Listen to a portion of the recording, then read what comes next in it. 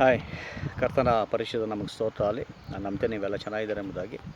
ಮತ್ತೇನ ಬರೆದ ಸುವಾರ್ತೆ 5ನೇ ಅಧ್ಯಾಯ 23 ಮತ್ತು 24ನೇ ವಚನದಲ್ಲಿ ದೇವ್ರ ವಾಕ್ಯ ಈ ಥರ ಹೇಳ್ತದೆ, ನಿನ್ನ ಸಹೋದರನ ಜೊತೆ ನಿನಗೆ ಅಸಮಾಧಾನ ಇದ್ದರೆ ಫಸ್ಟು ಹೋಗಿ ಕಾಣಿಕೆ ಕೊಡುವಂಥ ಮುಂಚೆ ನೀನು ಆತನ ಜೊತೆ ಸಮಾಧಾನ ಪಡಿಸ್ಕೊಂಡು ಆಮೇಲೆ ಬಂದು ನಿನ್ನ ಕಾಣಿಕೆನ ಅರ್ಪಿಸಿ ಎಂಬುದಾಗಿ ಯೇಸು ಸ್ವಾಮಿ ಹೇಳ್ತಾರೆ. ಇದು ಯೇಸು ಸ್ವಾಮಿ ಕೊಟ್ಟಂಥ ಬೋಧನೆ. ಅಂದರೆ ಯೇಸು ಸ್ವಾಮಿ ಇಲ್ಲಿ ಹೇಳ್ತಿರೋದು ಅಂತಂದರೆ, ನೀನು ಮೊದಲು ನಿನ್ನ ಸಹೋದರನನ್ನು ಕ್ಷಮಿಸಿ ಆತನ ಜೊತೆ ನೀನು ಸಮಾಧಾನ ಮಾಡ್ಕೊಂಡು ಆಮೇಲೆ ಬಂದು ನನ್ನ ಹತ್ರ ಬಾ, ಅಥವಾ ನನಗೇನಾರ ಕೊಡು ಅಂತ, ಅಥವಾ ನನಗೆ ನೀನು ಕಾಣಿಕೆಯನ್ನು ನೀನು ಅರ್ಪಿಸು.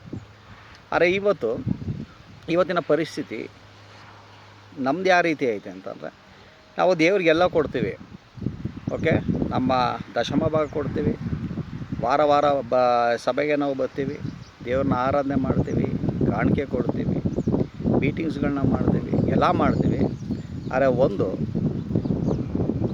ಈ ವಾಕ್ಯನ ನಾವು ಎಷ್ಟೋ ಜನ ಮರ್ತಿರ್ತೀವಿ.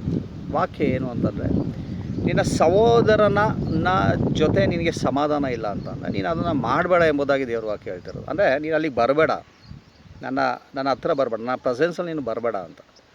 ಎಷ್ಟೋ ಸಾರಿ ಆತನ ಪ್ರೆಸೆನ್ಸ್ಗೆ ನಾವು ಹೋಗ್ತೀವಿ, ಆತನ ಪ್ರಸನ್ನತೆಗೆ ನಾವು ಹೋಗ್ತೀವಿ.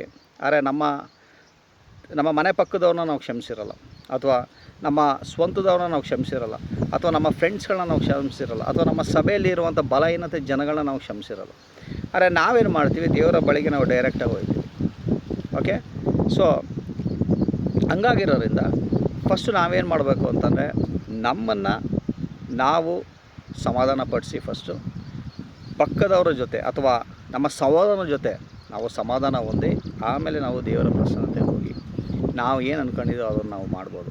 ಇದು ಯೇಸು ಸ್ವಾಮಿ ಹೇಳಿಕೊಟ್ಟಂಥ ಬೋಧನೆ. ಇವತ್ತು ಆ ಒಂದು ಸ್ಟ್ರಾಂಗ್ ಬೋಧನೆಗಳನ್ನ ನಾವು ಬಿಟ್ಟು ನಮಗೆ ಯಾವುದೋ ಅವಶ್ಯಕತೆ ಐತೆ ಅದನ್ನು ಮಾತ್ರ ಹಿಡ್ದು, ಯಾಕಂದರೆ ಸತ್ಯವೇದದಲ್ಲಿ ಎಲ್ಲಿಂದ ನೋಡಿದ್ರು ಎಲ್ಲ ಥರ ವಾಕ್ಯಗಳು ನಿಮಗೆ ಸಿಗ್ತದೆ ಅಥವಾ ನಮಗೆ ಸಿಗ್ತದೆ.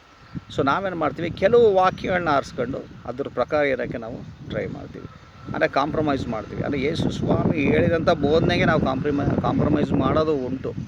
ಸೊ ಹಂಗಾಗಿ ಇವತ್ತು ನಿಮ್ಗೇನಾರ ಒಂದು ಅಸಮಾಧಾನ ಯಾರ ಜೊತೆ ಇದ್ದರೆ, ಕೆಲವು ಸತಿ ನನಗೆ ಆ ಥರ ಆಗಿತ್ತು, ಆವಾಗ ನಾನು ಸಮಾಧಾನ ಪಡಿಸ್ಕೊಳ್ಳೋಕ್ಕೆ ನಾನು ಟ್ರೈ ಮಾಡಿದೆ. ಯಾಕೆಂದರೆ ನಾವು ದೇವರ ವಾಕ್ಯದ ಪ್ರಕಾರ ಇರಬೇಕು. ಇವತ್ತು ನಿಮಗೆ ಆ ಥರ ಅಸಮಾಧಾನ ಏನಾರು ಇದ್ದರೆ ದಯವಿಟ್ಟು ನೀವು ಅವ್ರನ್ನ ಕ್ಷಮಿಸಿ. ಓಕೆ, ಅವ್ರ ಬಲಹೀನತೆ ಇರೋದು, ದಯವಿಟ್ಟು ಅವ್ರನ್ನ ನೀವು ಕ್ಷಮಿಸಿ.